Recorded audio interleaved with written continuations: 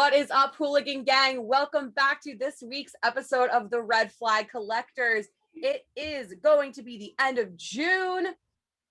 And you know what? That means the end of Pride Month. I would like to say, first and foremost, I did not do my best this month celebrating Pride. I pre-recorded a lot of those episodes with Chris and everyone else in May.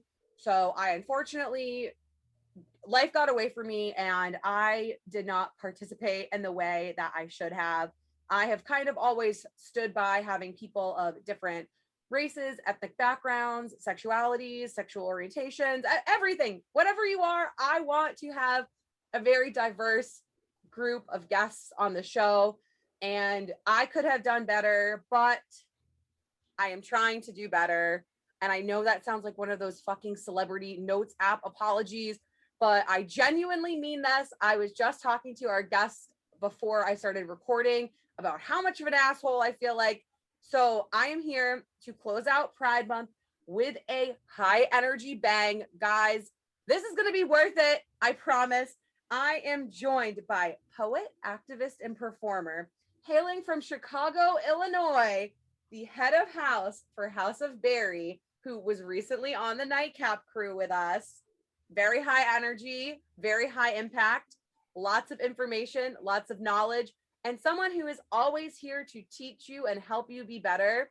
I am joined by Darius Parker, also known as Halle Berry Derry. My name. Welcome to the show. Thank you so much for having me. I'm so excited. Everybody, what's up? What's tea? It's your favorite Halle Berry Derry here. Danielle, thank you so much for the invitation. Danielle reached out to me immediately after we wrapped our last session. He's like, yo, I want to bring you on my show. And I said, my life is everywhere, but let's figure it out. So thank you for offering the space. I appreciate it. Of course. And thank you for helping us do this Pride episode. I think it's going to be a banger. Everyone is going to learn a lot. And if you don't, I know it's going to be a banger. It's going to be a banger, yes. Period. And if you don't learn anything, don't listen to the show again because you're an ass. I tell people all the time, like, I'll be like, and if you don't do this, don't listen. Or if you do this, don't listen. Like, no, please, absolutely. Everyone do listen. And that's valid. Listen and learn.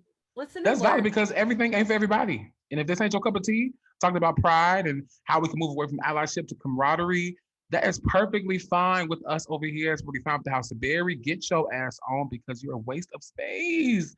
There's something else that may be for you. If this is not, that's fine. It's fine. Yeah. If you are not an accepting human, I don't care about the downloads. I don't want you, because if you're going to be mean or a bad person, yep, we don't want you. You are not welcome in the hooligan army at all. Nope. No.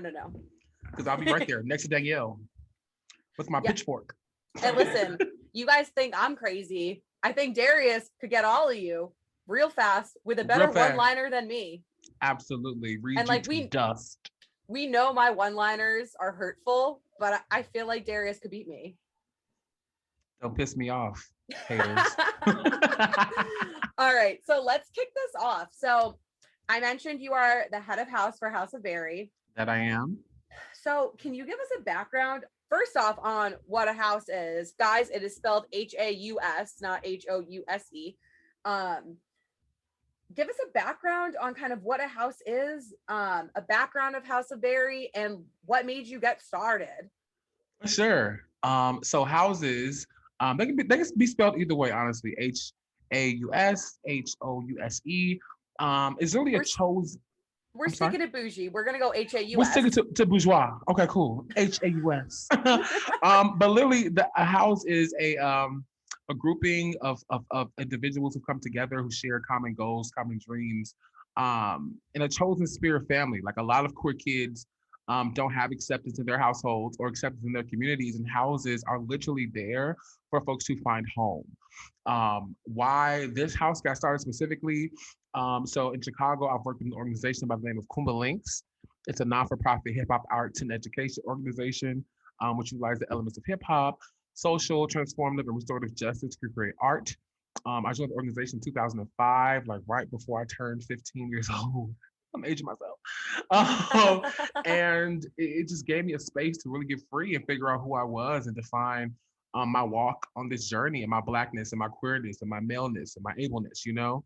And so I've met so many talented babies in this work, like from Kumalings, which connected me to other arts organizations who, have similar missions and trajectories for mentorship. And so it's really been that, just kind of like collecting children along the way, like the Infinity Stones.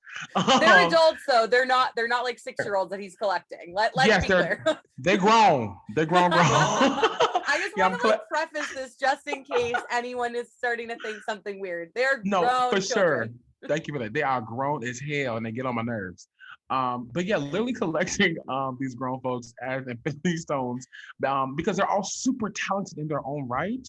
And I literally just, sometimes I take the position, okay, I'm being a mentor. So I'm gonna help you get through a lot of what you're dealing with or whatever. We have similar stories, XYZ. Or just some people just gravitate to me. I just have that nurturing type of spirit that it kind of happens with. And so the House of Berry came out of that. And it wasn't official. Like I really just mentoring people in all these different aspects of my life. And I remember one of my grandchildren was like, why don't you make House of Berry official? Like, why are we not an actual thing? Like in ballroom or in programming or like, why don't people know about us? And I was like, I don't know. I don't got the time. Like, I'm so busy. I just graduated from grad school. Like, I don't have the time to really develop a company, like literally a company. And he was like, I think you plan. I think you need to do it. And you need to take it serious because it's a lot of us that have talent. You got a lot of talent. You're not doing nothing with it for real. You need to bring us together. And I'm like, okay. Mind you, this conversation happened in around October, November of last year. So it resonated with me. I'm like, he's right. I have this amazingly talented group of people who I mentor. And they're, like I said, they're doing their shit in their own lives. But as a collective, we can use each other's influence and work and build something amazing. And so I made the decision to make House of Berry LLC officially in 2021, the start of 2021, actually. Like, yeah, let's take this serious. Let's do something. I'll serve as head of house. I'll create a house council, right, for folks to hold me accountable, to hold us accountable in what we're trying to do. Folks to oversee the money. I don't want to look at it. I just want to see it come in, type thing. And then it just, the doors have literally been flown open. You, Danielle, as one of them. The Nightcap crew is one of them. We're about to host our first Berry Ball at Brave New Voices for an event called Curiosity. What else has come? A lip gloss campaign. Like a lot of stuff. It's just a lot of doors are opening for the house, and it's literally because that conversation I had with my grandson's name is Gerald. Reading me, right? Checking me, check me, let Gerald me know. Called your bluff and said, "What the fuck? What are you doing, Hallie? All this glitz, all this glam, all these photos. What you doing?" And I'm like, I think I'm doing enough, and it wasn't. And now that I'm seeing all the opportunities that are coming, and the opportunities that I can share makes me feel really good because I'm like, that's what I want. I want people to know about the house, know about me, know about my work, but know about my kids because my kids are so damn amazing that I'm really going super, super hard for folks to just know my kids. Like they are super intelligent, super talented. And yeah, I'm just ready to see where this could take us. And then I think the last question was what's the house? How did I form the house? And then what was the last one? Well, it was why you started, but I think Gerald calling your bluff. Thanks, Gerald. Thanks, Gerald. Gerald called my bluff and was like, yeah, you need to stop playing. So I'm really appreciative of him for that. I'm appreciative of all the folks who currently sit in the house. There are 11, 12 active seats in my house right now. My best friend serves as the presidential advisor. So any and all decisions, contracts, bookings, whatever goes through him, have conversations. You think it's a good thing to do or not? Should we spend money on this or not? He's like, no, Hallie, no, we ain't doing that. No. So I'm like, oh, okay. But I need that, right? I want to say yes. I want to say yes to everything. Right, that's me. Like, yes. He's like, no. Think about this. We don't got the money for that. And I'm like, okay, you're right. That's the whole reason why you're here, to let me know what am I. Because of course I'm gonna jump at everything because I'm so excited for the house. But yeah. That's awesome. Thank you. So now we're gonna dive into you. Uh-oh. So I would love to know what it was like for you growing up, and what it was like for you kind of discovering your sexuality and just what that meant to you and how you dealt with it, how you just give me it all. Give me it all. I want to hear it. You want it all, Danielle? We don't got enough time for it all. Give me the Cliff Notes version. The Cliff Notes, okay. Spark Notes, got it. Okay. So I have always known that I was different or felt differently.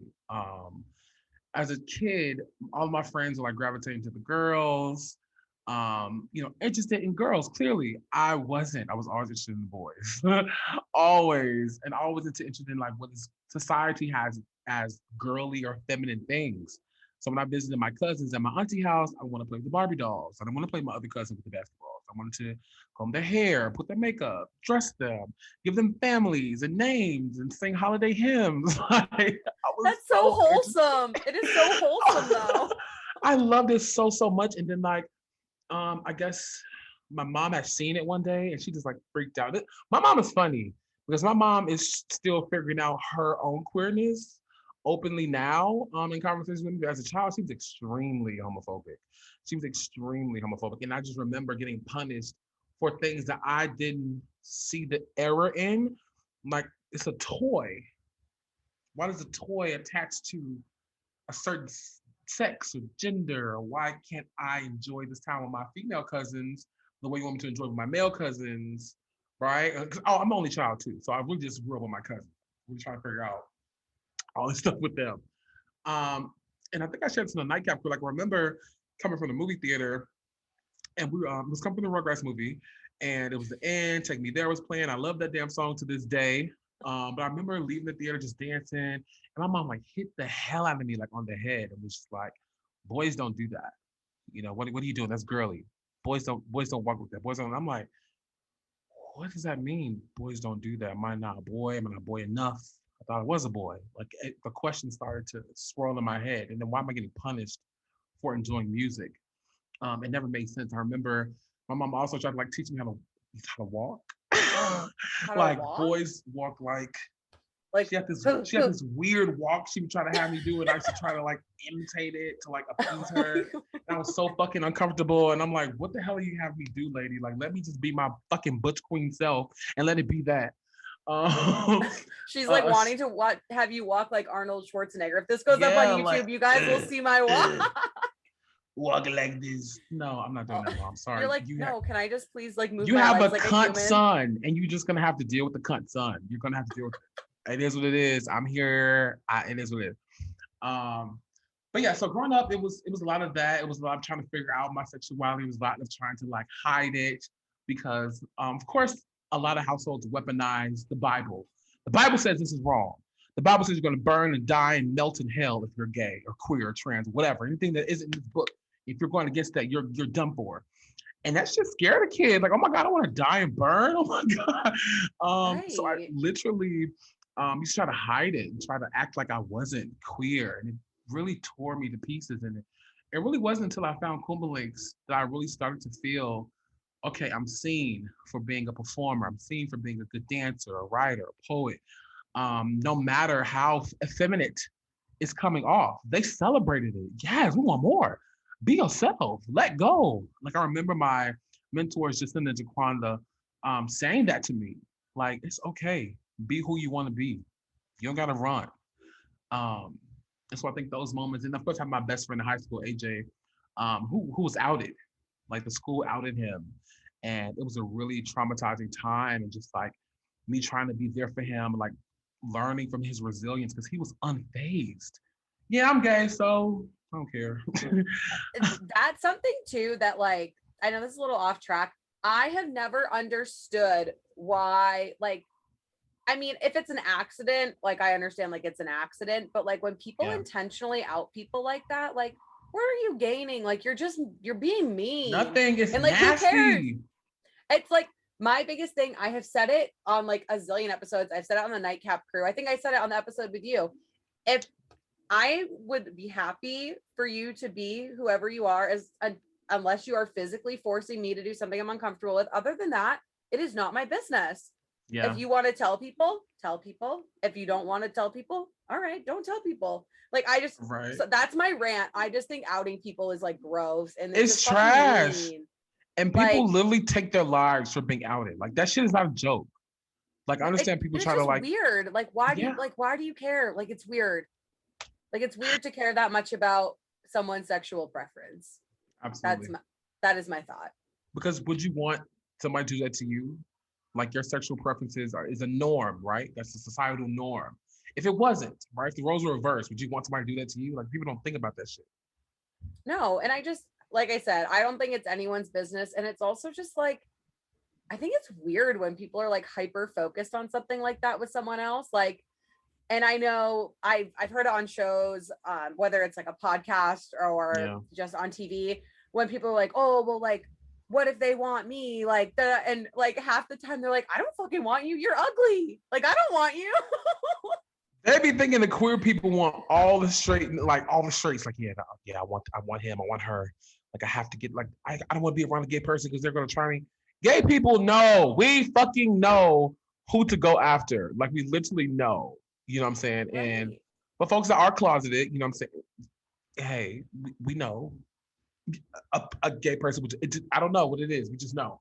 I don't know how to really explain it, but we literally just know. But also, like, no, that's trash. Like we aren't gonna just trying to go and attack and turn No. people like a goddamn vampire. Like, no. If you decide to go in this lifestyle, you decide to go in the lifestyle on your pace. Literally. Nobody Right. And can you will help change it. guide them if they need guidance or they need someone to talk to, but you're not going to be like, haha, now I will make you do this. Like, that's no, that's also weird. So if there's any people that are doing that, that's also weird. Stop being so weird, everyone. Aha, I'm gonna make you Stop. do this now.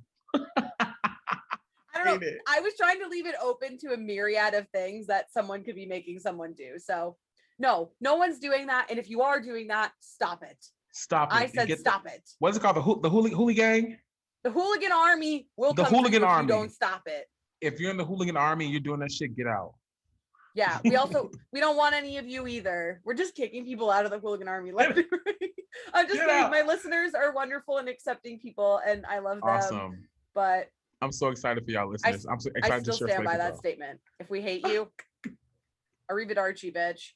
Get out. It's the Arrivederci for me.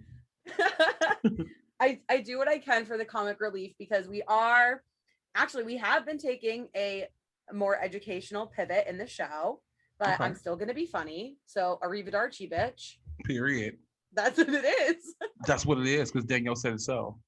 Yeah, that even might be the episode title, but I don't know how to spell arrivederci. Jack, I you need to don't look either. that up for me. I don't know how to spell that word. Maybe to the left, since we kicking hoes out. Yes, get out. Oh my gosh, I love that. Okay, so we talked about that a little. I did my Oh yeah, a little. I'm sorry, I jumped to no, a few no. tangents. I just want to mention that like, so finding Kumalinks and finding my voice and finding my queerness and defining it for myself has been a long journey. I did ask Danielle, she wanted me in full glam or full beat for this episode. She said, nah, cool, just come chilling. But like there was a time where like I said, I've always been interested in this stuff, in cosmetics and beauty and makeup and lashes and all this stuff. I just was afraid to tap into it because I was afraid of judgment. I was afraid of what my mother would think. I think that it took so long because I knew that she cared. She didn't want any harm to come to me. She just she didn't articulate it the best. She was just very protective and she didn't want me to be judged or bullied or harmed because I chose to be, well, I was born queer. And I think that her actions were wrong, but her heart was in the right place. It was really just trying to protect me. And I had to like get past that to be like, girl, I'm out loud. I'm loud as hell. I don't care. I'm going to beat my face. I'm going to flutter around this city. I'm going to flutter around wherever I want to go to because, you know what I'm saying? I do that. And that's a privilege also. That is a privilege to do so because a lot of folks can't do that. A lot of folks can't live their truth. I remember it was at Brave New Voices. For folks who don't know what Brave New Voices is, it's the largest international youth poetry slam festival. It is happening this year, July 23rd through the 25th on the virtual land. Please visit www.bravenewvoices.org. I serve as the co-festival director. See you there. So Casual plug. casual plug. It was a baby who came up to me during final stage and gave me like a huge hug, which is like, I love you for being so fierce and so brave and being you, and that inspires me to be me. And he hugged me so tight, and I said, "You are so beautiful. Don't ever be afraid to be you." So we're both up there crying in full beat and full glam, and just like holding each other. And I'm just like, "Wow, I've touched a baby's life." You know, and shit, and that's why I go so hard. That's why I do what I do. If I could just touch one life, with my story, with my journey, with loving myself, right? Being fat, being femme, being queer, isn't looked at or uplifted, right? There's a certain way that folks want to accept passing queers, or a certain type of queer person that's acceptable. And I go against all that. I'm dark skinned, I'm queer, I'm fat, I'm feminine. It is what it is. You You're feel like, and me? I'm in your face, and you're gonna deal with that, And you're gonna deal with it, bitch. bitch. Arrivederci. I don't even know And if I'm saying it right. I would like to note too, when you talked about the full glam, like literally, I wish I could do my face like that. I might just need to like import you to Boston to like do my makeup for me every day. Like Let's do it. I've, I I've never I been to could, Boston. oh my gosh, come, we'll hang out. You can do my That's makeup. That'd be yes. great. And we can do a podcast video there. Yes. Yes. Okay, sold. Sold. So I'll be in Boston to do Danielle's glam hooligan gang. So meet us there. Oh my god, we're gonna have a fun little event. All right, we're gonna get planned in this. This is gonna be crazy. Okay. So let's toss in like a little comedic relief here. Okay. Okay. This is my favorite question to ask guests. And guys, I'm going to start asking every single person that comes on the show to tell me this story. What was your worst first date that you've ever been on? Well, I've had a few bad first dates. Let me think about you said the worst? Give me the top two. We have some time. My worst first date.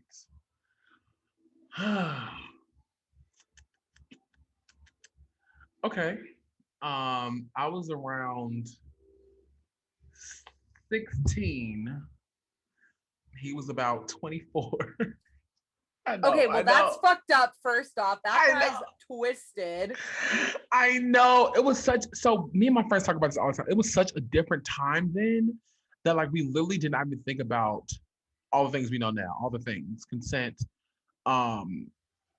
predator behavior. We had no idea of these things. It was just like, it was cool. Like, there's somebody older. Oh, that's cool. That's okay, like cool. grooming though. Like that guy's like a lot older than you. He was so much older. But he was old. I showed interest, and of course I fit into it because oh my god, he's old, he's interested in me. Okay, cool. And so I was a loud mouth. I was the head of my little friend group, you know what I'm saying? So I was like, girl. Oh, so, like, so you've always been the head bitch in charge of life. I've been the head bitch in charge since I came out the womb. Okay. So he had took me to what's this? It's called Leona's in Chicago. We sat down, we talked a little bit, he just asked me, like, what are my dreams? Like, do I want to go to college, stuff like that. And I'm like, I mean, I don't know, maybe, like, it is what it is.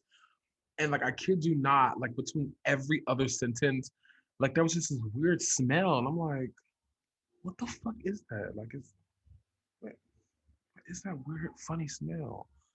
And so he ended up excusing himself from the table, probably like 30 minutes after the conversation. I'm just like, what the fuck was that? He was like, yeah, I just really have to go home. Like, I don't think it's the right time to be rescheduled. I'm like, what's wrong? He's like, I have really bad gas. I just don't, I'm embarrassed. I'm like, you were farting the whole time? I thought you were gonna say he shit his pants at the table, but like I was pretty close. Close. You damn near. I'm like, what the fuck is that smell? But yeah, this guy was really at the table farting. I guess he was nervous. I have no idea what the fuck, how the fuck. I've He's never. probably nervous because he's a fucking pedophile. Like literally, you're right. You're absolutely right. Oh my god. God. So yeah, never talk to him again. That was done for her. Oh my God. All right. What about your second worst date? I don't know if I had a second worst one. Or just like another really bad one that you want to share. I guess there was just one where like he brought his friend, and like the friend just kept talking to me more than he was, and I'm just like, what is this? Like, is the friend interested in me? Like, what's happening, right? And so like, I remember bringing a chaperone to a date is a little weird. It's weird as fuck. Like, he literally was like in all my business. I'm just like, why is it you couldn't ask me these questions? I don't know. It was weird as fuck. But yeah, I've never dated him again. Oh no, there was another one. We were having a conversation about what was like this like 3 years ago.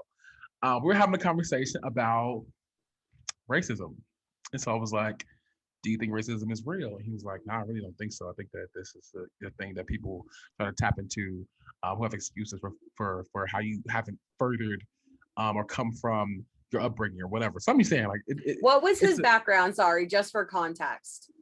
He was black. And he what? He was okay. He was Jamaican and Cuban, black. Yeah. He was fair skinned.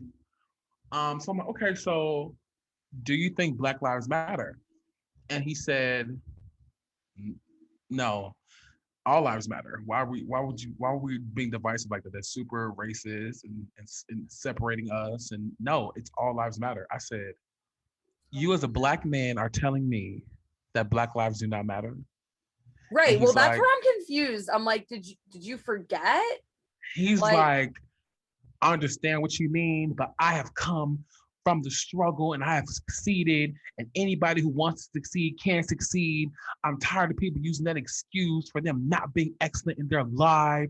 And yeah, all lives matter. I just kept saying it. I'm just like, yeah, I'm done before I have to punch you in your shit because you sound ridiculous. Black man, I said the police are going to shoot you just the same. They're not going to care that you're talking about, oh, I'm Jamaican or you're a mixed race. You look and present as a black person. Therefore, you're going to be treated like a black person in this society until we're able to dismantle this shit. So while racism is alive and thriving, your ass is a target. No, I'm not. No, I'm not. I have this money. I work with this celebrity. No one cares. Yeah, this is over like there. And that's why I asked for his background, like, just for context, because I think that honestly makes it even worse. Like, he's not supporting like a movement that like people similar to him are fighting so hard for to benefit him. And he's like, no, that's not real. Like, my activist ass is sitting here having a conversation with you about BLM, and you're trying to convince me that it does not. I was like literally floored. I'm like, wow, you didn't do your research. You know what bitch you was talking to, did you? Because you obviously didn't. Okay. Well, and that's just weird. Also, like, why wouldn't he want to defend himself? Like, not defend himself, but you know what I mean? Like, I'm not black. A cause that helps. I'm not black. I'm mixed race. I'm not black. That's what he's saying. I'm not black. What? Last I heard, the Jamaicans came from Africa. Last I heard. That's where my ancestors came from. I'm black. No matter what the mixed whatever is, your ass is black. But that was the first time I had ever had a date that happened with, because there's a meme that was like, you know, she was sitting at the table and she was like, will you want to really shake the table at a dinner? And she was with full glam with shades on, smiling. It was Black China, and like the caption was like, so do Black Lives Matter? I'm gonna try to find it, Daniel. I'm trying to send it to you. It's a funny meme. And so I had just looked at it. That's why I was like, let me see. Let me ask you some questions. I asked about his age, his zodiac sign. I was like, do you think Black Lives Matter? And it went from there. And it was like, well, this is horrible. Never again. Right. Well, that's uncomfortable. And I think with the background too, I kind of asked because after our conversation on the Nightcap Crew, when Jaha was talking a little bit about like how you present, like how she has been like very lucky that she presents more if I'm butchering any of these terminology, no, you please tell me. But she was saying that she presents like much more feminine, so she like feels like she is more safe in kind of how she is. But you would think like he presents also as a black man, like it's not like he presents like he is like a white person. Like he should realize, like, not that I'm saying it was like not connecting with him, Danielle. Like, it was not connecting with him. He sounds like a dum-dum. Like, yeah. At the end of the day, that's all I can say is he sounds he was so a dick. Stupid. He was so pompous in it, like, I'm not black. Like, he was disgusted. I'm like, girl. You're like, you are. Like, I'm confused. Like, it's okay that you are, but like, you are like delusional. Yeah. Like, that's what it is. Well, it sounds like you got out of that one at a good time because quick. Whatever. Hopefully that guy lost all of his money in Dogecoin. All this money, quote unquote, he has. And it's always the people that brag. It's always the people that brag about how rich they are that aren't really that rich. Yeah. Like the Real Housewives say, I just watched this episode of Real Housewives of New York the other day. Dorinda says, money talks, wealth is silent. So if you were rich, you wouldn't be bragging. Dorinda is a fucking genius. She's honestly one of my least favorite housewives, but that quote, She Yeah, got it. that quote is genius. Yeah. Who is your favorite housewife of all the franchises? So That's a good I question. I haven't really watched them, but I'm on like I'm halfway through season 7 of New York. And like honestly, I fucking love Sonia. She's a What franchise mess. is that? Real Housewives of New York. Oh, okay. So I love Sonia, and the rest of them are just crazy. They're all Mm, crazy. I LVP. Oh yeah. So I'm a big Vanderpump Rules person. So I love LVP. Lisa Vanderpump. LVP all the way. Nene was my favorite as well, but she's no longer there. Um, Potomac is like my favorite franchise, I think. Potomac. Salt Lake wasn't bad either. Salt Lake wasn't a bad season. So if you haven't watched Salt Lake City yet, it was actually good. Um, I haven't tapped into New York much or Jersey, but like I'll watch like their fights on like YouTube, and Oh my they'd be god, they're the funniest. insane. They're the But best. like I could never be like, I mean, yes, I would like to be a trophy wife one day, but Same. I could never be on Real Housewives. There's this one lady, she's a bad bitch. Her name's Heather. And some girl was like talking shit to her that was like a random like friend of a housewife.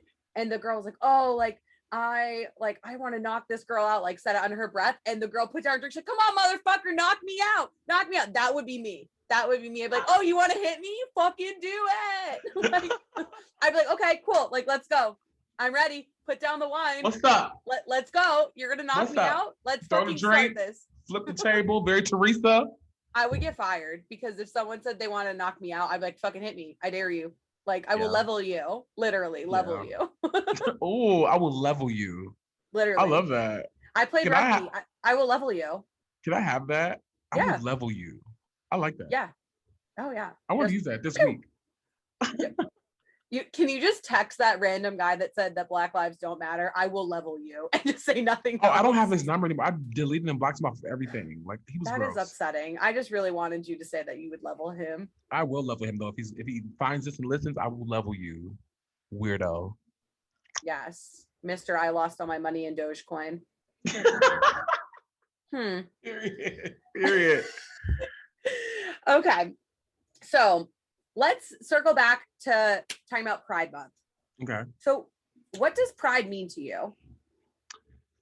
Pride is a riot, a protest, a celebration of the varying things of the spectrum, of the rainbow, of the colors, of the genders. It's everything.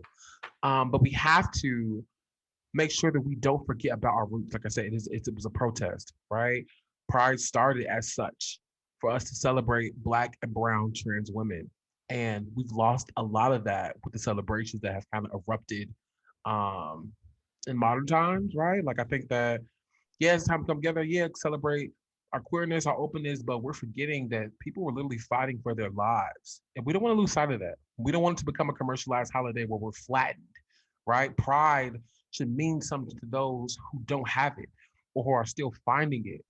Um, and I think there needs to be more opportunities for that to happen, for that space to be created because it's not a norm, right? I think that the first time I was like, "Oh, this is different," where people just like drunk as hell, passed out at the parades, like belligerent, and like, yes, have fun, celebrate because that's what it is, the celebration. Yes, and it is a fight for equity, it's a fight for visibility, it's a fight for upliftment, right? And we don't want to, like I said, ever lose sight of that shit just because folks think it's just a day to get drunk and shake your ass. Like, yeah, you can get drunk, shake your ass, but don't forget why we're here. And so I have went to the drag march protest 2 Sundays ago. They were just talking about how like the numbers are lower than they were. Like, what are we doing? We're marching in Boys Town for a more Black brown space in Boys Town because Boys Town is white as hell in Chicago, y'all. If y'all have ever been, if y'all don't know about it, Boys Town is white. So it's like only the white gays can be here. And that's not true because most of the Black and brown gays are the ones that populate these places. We're the customers. We're in the clubs, right? Tipping the drag queens and buying your drinks. So why are there not opportunities for more Black and brown people to actually take up space and have businesses, continuous performance opportunities in Boys Town, right? So that was what that march was about. And that was kind of sad. I'm like, damn, it isn't that many of us, right? So they called for the Black and brown folks to come to the front. It still wasn't that many of us. I have so many queer friends. Like, why are we thinking about these things, y'all? Because we have to make sure that these spaces are made for the babies that are coming up under us. The House of Berry is literally about legacy and transitional leadership and transitional love. What is going to happen when I'm no longer the head of the house? Who going to hold it down? Who going to keep providing spaces for these babies? Who going to do it?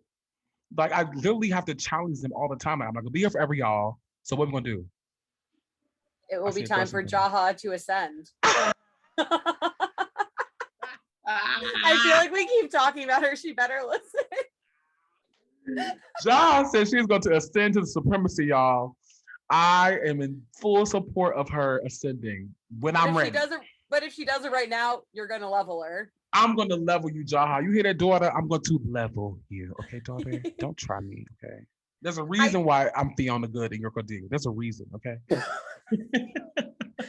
I think too, you brought up an interesting point kind of about like the commercialization of Pride. I've noticed it a lot over the past year, and we'll get into it with our next question too. But I have noticed like there's so many brands being like Pride Month, Pride Month, Pride Month, and they're not necessarily doing anything. But I know I just saw it on Instagram the other day, like Sam Adams is based out of Boston, the beer company. And like I think they do it every year, but I just saw the one for this year, but they have a beer called like Love Conquers Ale, and they like donate the proceeds. So like, that's like the action.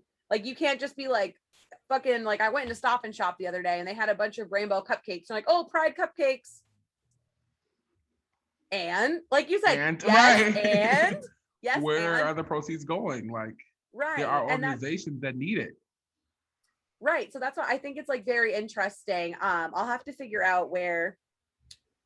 Please pause for break. Pause for break. Sorry, Jack. I like talk to him while I record the episode sometimes. I'm sure it's really annoying when he listens back to it. Okay. Sam Adams beer.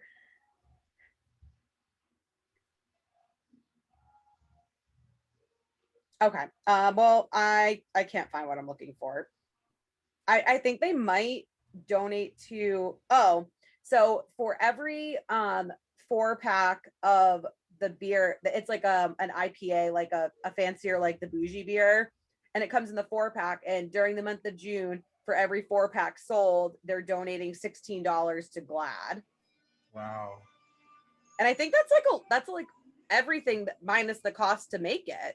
So I think that's the type of action that like people need to take. I have noticed too, like with like, I have never been to a Pride parade, but I've seen just like, it's a lot of like people who like say they're allies, but they just go and like get fucked up. And like you said, it's kind of, there's like a purpose behind it. It's not like St. Patrick's Day 2.0. Right. Let's talk about it, Danielle. Let's talk about it. Was that a weird way to word it? No. No. But yeah, so that'll just segue into our next question. So I know we talked about this on the Nightcap crew, but I think it's a very important conversation to have. Mm-hmm. So how can people be more than allies in name only?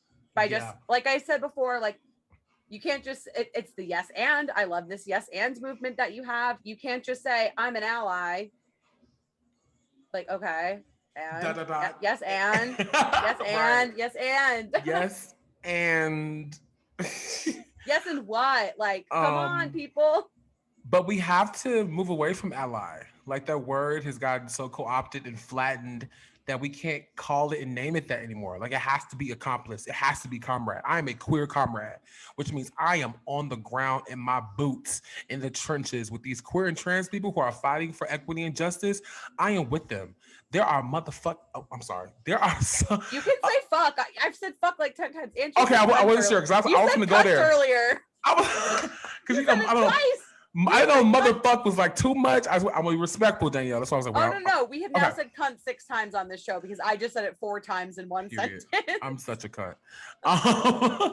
7.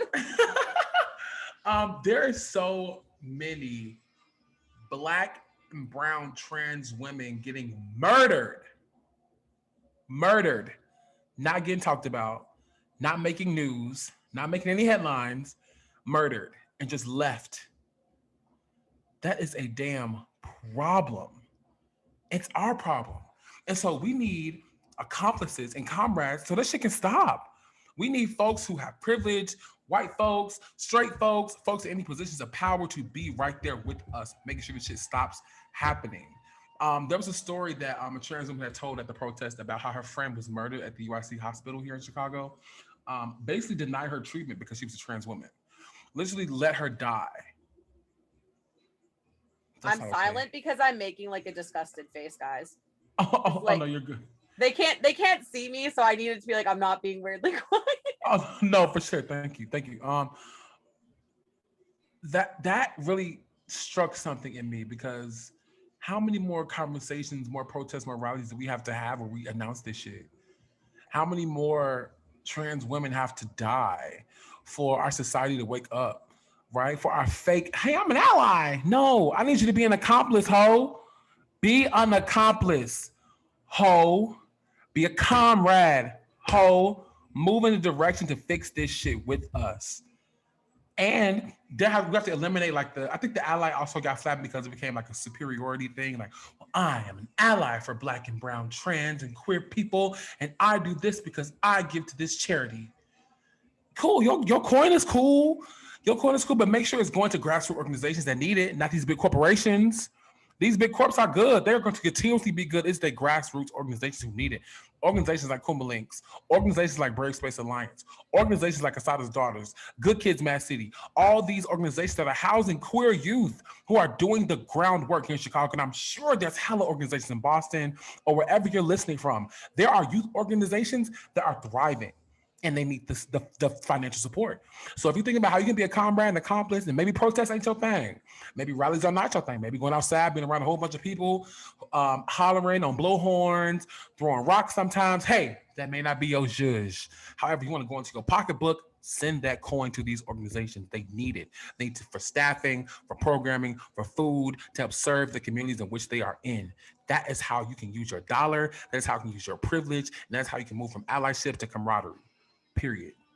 And take it straight to heart. I'm sorry. Yeah. I just really. No, I love it. Yeah. You know what, Hooligan Army, strap up the boots. We're going to do this. I'm going to go through and I'm going to share some resources that Jari has just named off in the episode title. I'm not very good at my website, but I will try to add some of these links to my website. I will try on that one. Cannot promise anything. Last time I tried, I fucked up my whole website last time I hit a button wrong, and my friend who did my website was like, bitch, stop touching things. What you doing? I texted her and I was like, something's not working, and it's a lot of things. So I have specific things I'm allowed to touch now. But I agree. I think like I'm still working on it, like I said at the beginning of the episode. Even if it's just a matter of simply having you on here and so that you can talk about these things that, like space, I truly don't know about. Using your platforms. Yes, this is doing the work. And I do, and I think this is the type of thing where like I love to have people on with different backgrounds. And like I am a straight white woman who I grew up in a very good household. I grew up in a very good town. Like I do recognize that I have a lot of privilege and even just where my life's ended up without the show. So I'm going to open the space to really let people share information that needs to be shared or that they want to share, because you know what? Having you come on cost me nothing. Nothing. And we're sharing information that people need to hear. Giving the people some fun stuff. Letting Jaha know you're going to level her. Period. Let Gerald know, don't come at me again because he'll get level 2, you know. But Gerald, like you did a good thing, so maybe like you'll get like half leveled, like no full leveling. Half a level. Darius owes you one, so you'll get a half a level. I love it. But no, I think these conversations are important to have because even sometimes people just don't know what to do to help. Like, and I think a lot of folks who look like me, black or brown or queer and or trans, they sometimes find it hard to talk to you, right? A straight white woman. That's hard because there's so many tarnish relationships that have happened in our communities with our white counterparts. It's hard for some people. Like I remember Josh, like, I just don't like talking to white women. And I'm like, I understand that. There are a lot of white women who have done you bogus, but there are a lot of white women who will go out there and die for you. Don't walk around with that bias. Don't. And we have, you know, and it's hard. It took me a minute to get, hey, because white people be white people in Danielle, you know. But it took me a while to get to a space where I'm like, I understand why my community feels hurt, but I understand that in order for us to get through this shit, we need each other. It's not gonna happen siloed. It's not gonna happen for one community, for one. It has to be everybody collectively. Yo, we are all tired. We all want liberation. We all want equity and justice. Only then will this shit get dismantled. It can't just be one group, one subgroup, one sexuality, one gender. It has to be all of us. And I'm a Black Lives Matter whole, down, to the ground, leveled. But I understand the work that it needs. I think that came from my graduate program in critical ethnic studies at DePaul. I remember going against my professor. So I was like, I can't worry about nobody else's issues. The Black community has so many damn issues. That's what I'm thinking about. She's like, okay, and then what? Y'all have figured out y'all issues and then y'all haven't connected with nobody else's. How do y'all know these other groups don't have issues just like y'all? How can y'all work together? I hear you, Darius. What else? And I was just like, well, you know, I couldn't answer her. She hit you with the yes right. And. She hit you with the yes and. She hit me with it. Like, now what? Y'all figured out now what? Where's your community? There are folks that are going through the same thing y'all are thinking about. I was like, whoa, okay.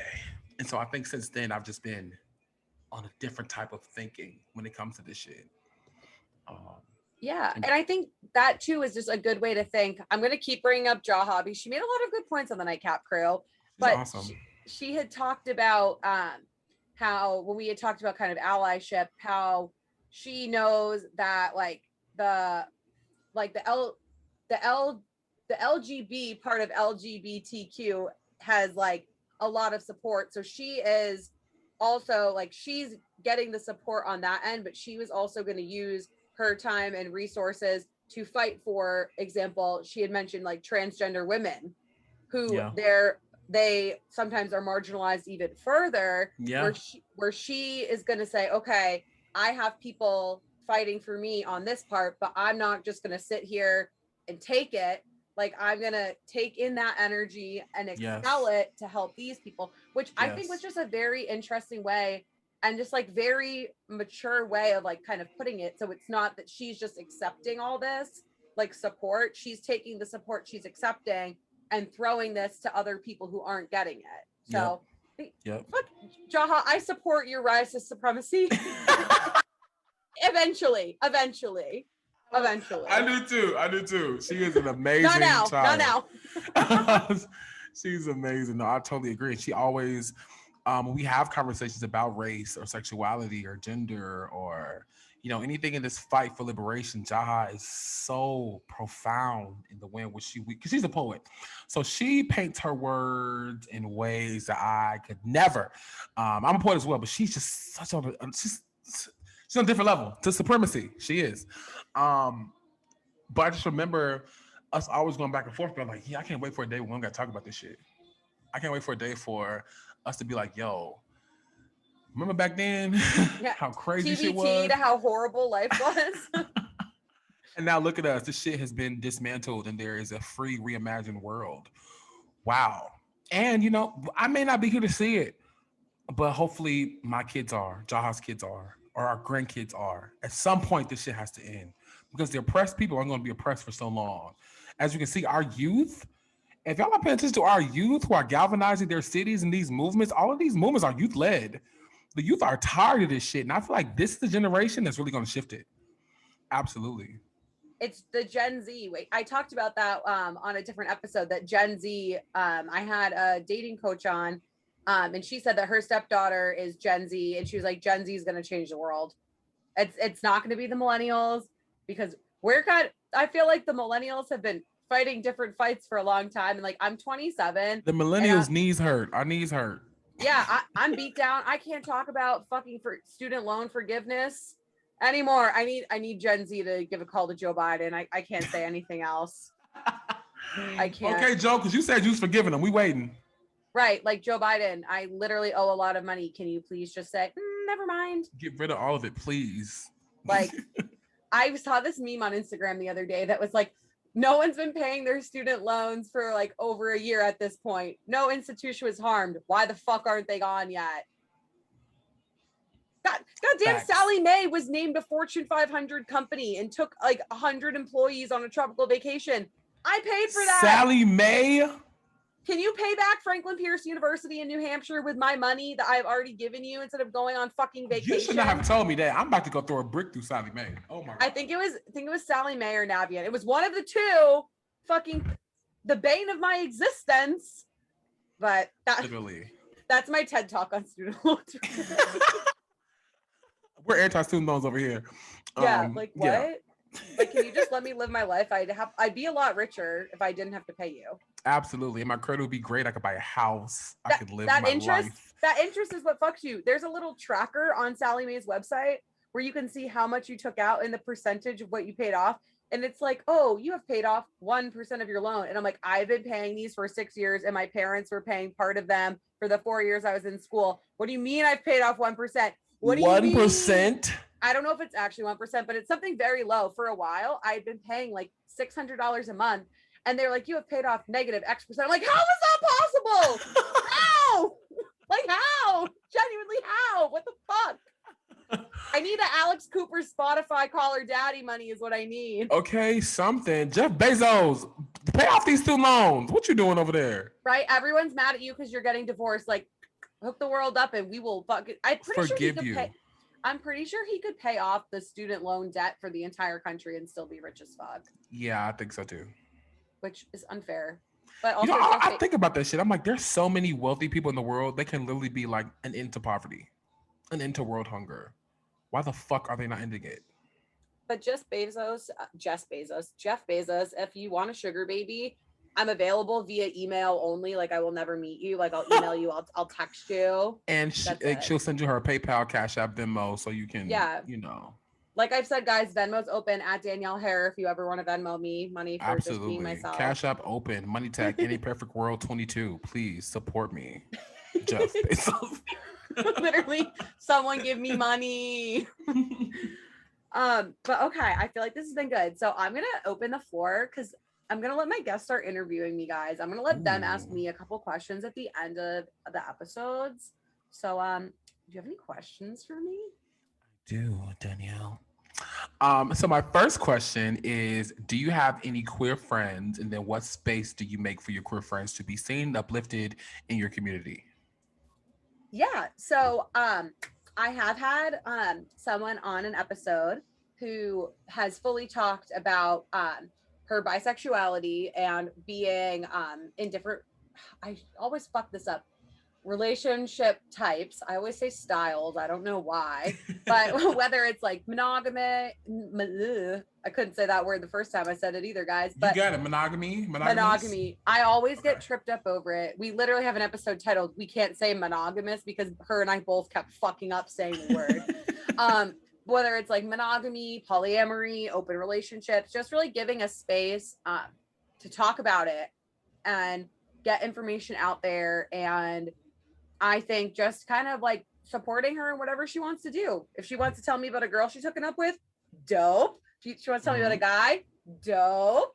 Whatever you're doing, you're getting laid. So good for you, girl. Like, dope.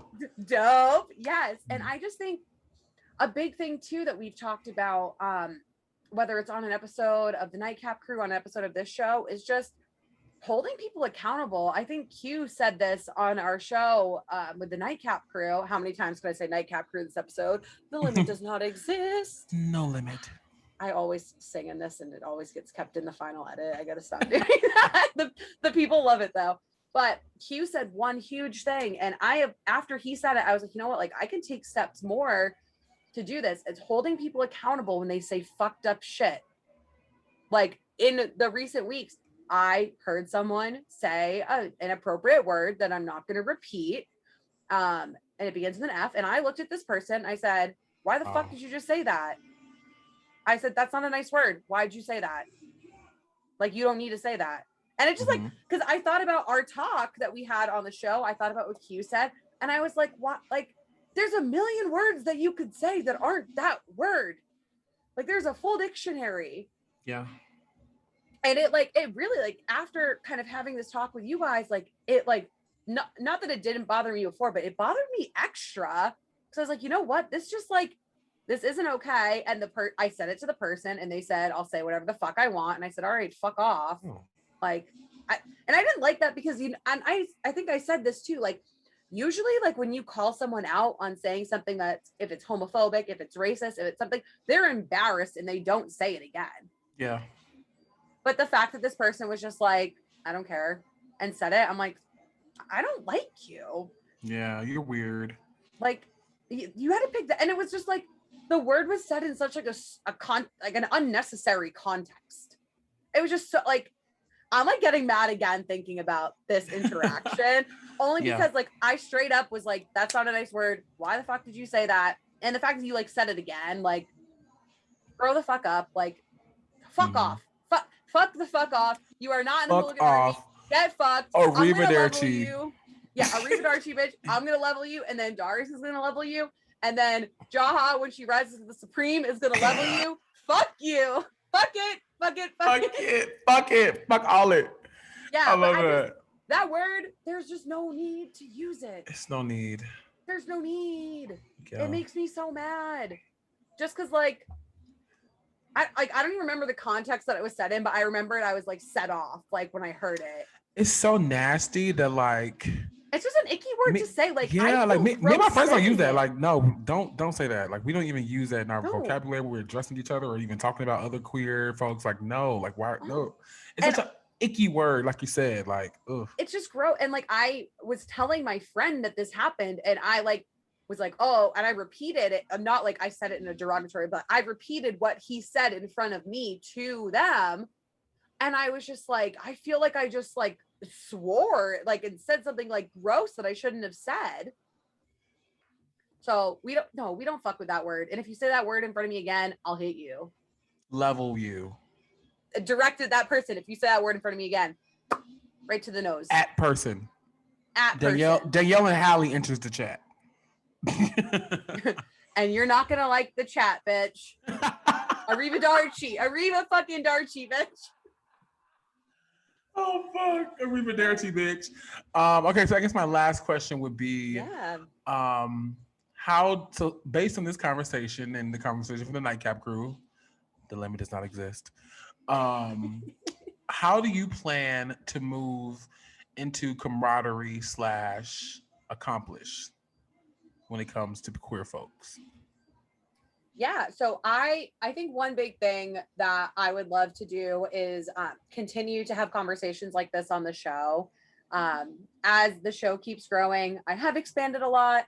We're hoping to get some deals done soon, people. Yes, all the things. The deals are coming. I'm manifesting them. The Alex Cooper money, baby. Alex Cooper money. But just like opening it and having more conversations. Like this is going to sound weird when I say it, but I have been like really on a mission to try and find someone who's transgender to come talk about their experience on here. Someone who's comfortable talking about it. I do know a few folks that are transgender that aren't comfortable talking about it. So I want, from like a perspective, to find someone who is comfortable talking about it, to talk about it, and to educate people and just kind of keep the dialogue open. And just that, I think, is what I can do. Give it a voice, give it a space. And then also leveling people that say the F word. You fucking, you freak. That's what you are. You're a freak. You're a freak. You're a freak for saying that word. But yeah, just continuing. I'm stealing cues. I'm going to continue holding people accountable for the things that they say or do. Absolutely. And just keeping the space open. And if you guys listening know anyone that would like to come on the show that has a valuable story, I would love to talk to them. The DMs are open. The DMs are open. Period. Slide in them. You can you can Venmo me $1 and put the person's name in it. That also works. Venmo $2. Yeah. Just start having everyone Venmo me to get their friends on the show. Just to Danielle's piece about really want to hold space for trans women. Same.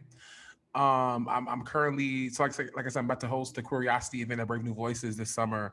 And last year I was trying to find a trans woman to perform, and I'm on that again this year. I'm just like, where are our beautiful trans women, particularly trans women of color that want to perform, that want to come tell their story? A lot of folks they've literally been shunned and shut out so long that they are in the shadows.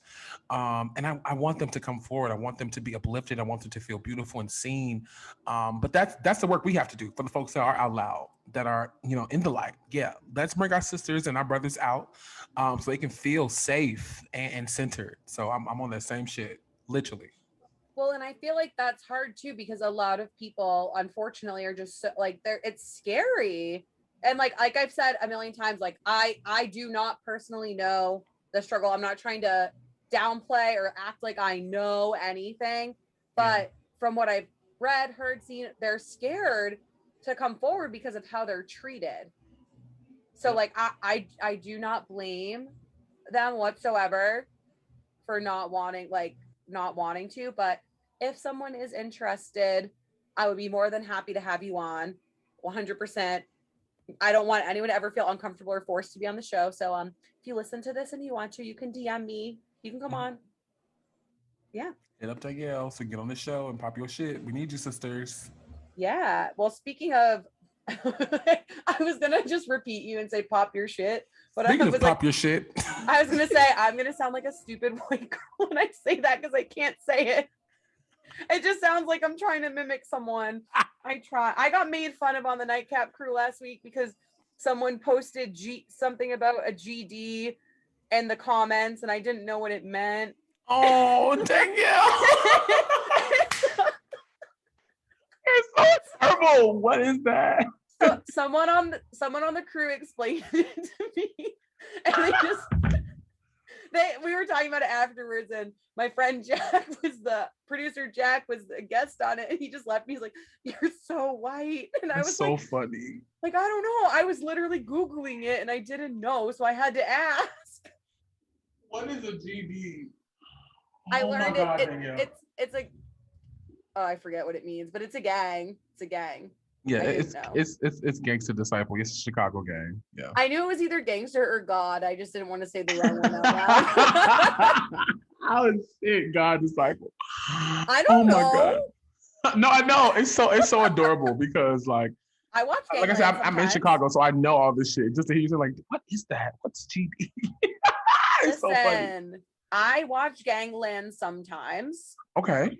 I met a guy in the Latin Kings once. Okay. He was very nice to me. He put air in my tires at the gas station because I couldn't figure out how to do it. Okay, same. Yeah, no, he was very nice. So it's fine. He didn't do anything weird. I just saw the tattoo on his hand and I was like, oh. Yikes. Yeah. I was scared. But he was a very nice fellow. Absolutely. A lot of guys that are in gangs are. He laughed at me though and said, "Where's your boyfriend? Shouldn't he be doing this?" And I said, "I gotta go."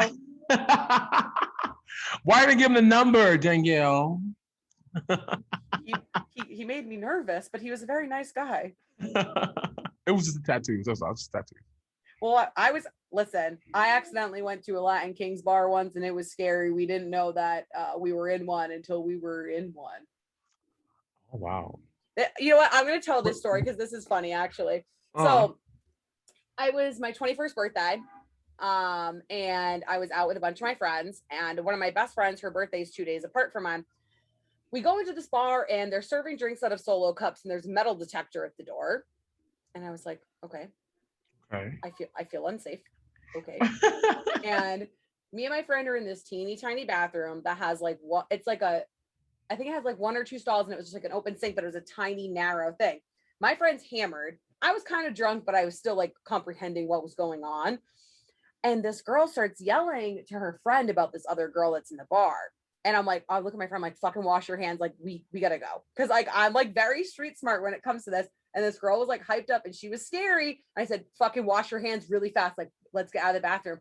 And my friend's just like, it's no big deal. And then this fucking girl looks at her friend and goes, if she doesn't stop, I'm going to pull this blade out of my mouth. Blade. And I looked at my friend and I grabbed her and I was like, get the fuck out of the bathroom. And I like freaked out. And I ran up to my friend who her boyfriend at the time was in State Trooper Academy. And I was like, we have to leave immediately. And he was already like hyper vigilant. And I told him what happened in the bathroom. He said, all right, we're fucking leaving immediately now. Yeah. But yes, that's my story about that bar. I never went back. Yeah, don't. No, don't take me when I come there. No. You have to be like, and that's the thing. People think I'm crazy, but like, you have to be hyper aware of your surroundings because like my friend's just 6 inches from this girl that's about to pull a knife out of her mouth. Like, right. What the fuck? Like, no. We do not need to be in this place anymore. That's crazy. Yeah, it was wild. That was my story on what the fuck? It's such a random thing to happen. I told my mom that like a couple years later and she was like, what? And I was like, yeah, I pulled her out of the bathroom. Don't worry. My mom's like, well, I'm glad you were paying attention. Okay. I'm over here like hyper vigilant. Like, yeah, we left that bar immediately. It was terrible. I'm so glad you did. But yes, I'm gonna say it my way because I don't want to try and let's do it. Let's hear it. Let's hear it. You want me to say it? No. That's what you were gonna do. I was like, please don't make me. Well, thank you again for coming on. I want to give you a few minutes to plug yourself, what you're working on, Instagram, what you want people to check out, anything. The floor is yours. Thank you, Danielle. And thank you so much to the Hooligan Gang for inviting myself here, Halle Berry Derry, the incomparable, the iconic, the supreme, your current reigning supreme, to be on this amazing podcast, talk about queer shit, pride shit, all the good things. So thank you, Danielle. And thank you to the listeners. You can follow me at Sir_Harlem, SIR_HARLEM on Instagram. Also follow the House of Berry, HAUSOFBERRY on Instagram as well. You'll find myself, all of my amazingly beautiful, talented children, all of our bios on there, and keep up with all of our good programming. We have a program coming up this Wednesday. It's our love series. We're going to talk about our attachment to traumas, right? And learning and growing from that as queer folks. So if we tap into that Wednesday night, it'll be an Instagram live conversation. Jump in and join us there. We're also working on a lip gloss collaboration with the Pink February lip gloss brand. There'll be a House of Berry lip gloss set kit that you can get, the Halle gloss, exclusively coming out, and the 24 karat House of Berry gloss with the gold tint is coming out. Then my daughters, they have their own scent. I think they're on colors. One is called the Lady in Red. One is called Calabasas. One is called Chocolate Dream. So y'all gonna see all the things for the House of Berry and Pink February lip gloss collab. It'll be out later this summer. We also are planning a House of Berry launch event for a huge networking, blogging, performance event just to welcome and center and uplift the house, inviting all of our friends and family just to debut, and we're gonna go from there. So follow our page for all the things. Danielle will be there. I was gonna say, is the Nightcap crew coming? We do want to go to Steak 48 as a group. Hell yes, the Nightcap crew is coming. So stay tuned for all the things. Again, thank you so much for having me, Danielle. I appreciate this conversation so much. Thank you. Well, I appreciate it too. I think we got into a lot of stuff, and yes, I would like to come to this party. Yes, I would. So thank you guys for tuning into this week's episode. You know the drill. Wednesday night tonight, Nightcap Crew live on YouTube. Search Welcome to China. Welcome to No Spaces. The no space between China, but it's CHYNNA. You will see me posting about it. I don't know who the crew is going to be that week. It's going to be a motley crew. It's going to be fun. It's going to be wild. I got roasted in the comments the other week because some girl called me messy because you know what? Messy bitches always win. So thank you, girl, for saying that. Someone asked what my zodiac sign was. I told them I was a Leo, and someone in the comments said, I've never met a Leo like her, and you won't again. That's why I love you. You're a Leo. Right. It adds up, doesn't it? I'm a Libra. So Leo and Libra are perfect matches. There we go. But guys, make sure that you download, subscribe, rate, follow, whatever the fuck you do on Apple Podcasts, Spotify, all that shit. I will never think of a different way to end the show than saying that. I don't know what else to say. I think it flows off the tongue pretty well. Follow the show on Instagram at the Red Flag Collectors. Follow me on Instagram at Danielle M. Hare. Follow House of Berry. Follow Halle Berry Derry. I just coughed in the middle of that sentence. Guys, next week's episode is gonna be crazy. Everyone's been waiting for this, but Cam is coming on. We are gonna talk pickup lines. And it'll be a fun little test. We're gonna each come up with some pickup lines and see if they would work on each other. So stay tuned for that. I feel like it's gonna get really weird. I love it. Thanks for tuning in, guys. Thanks, y'all. Bye.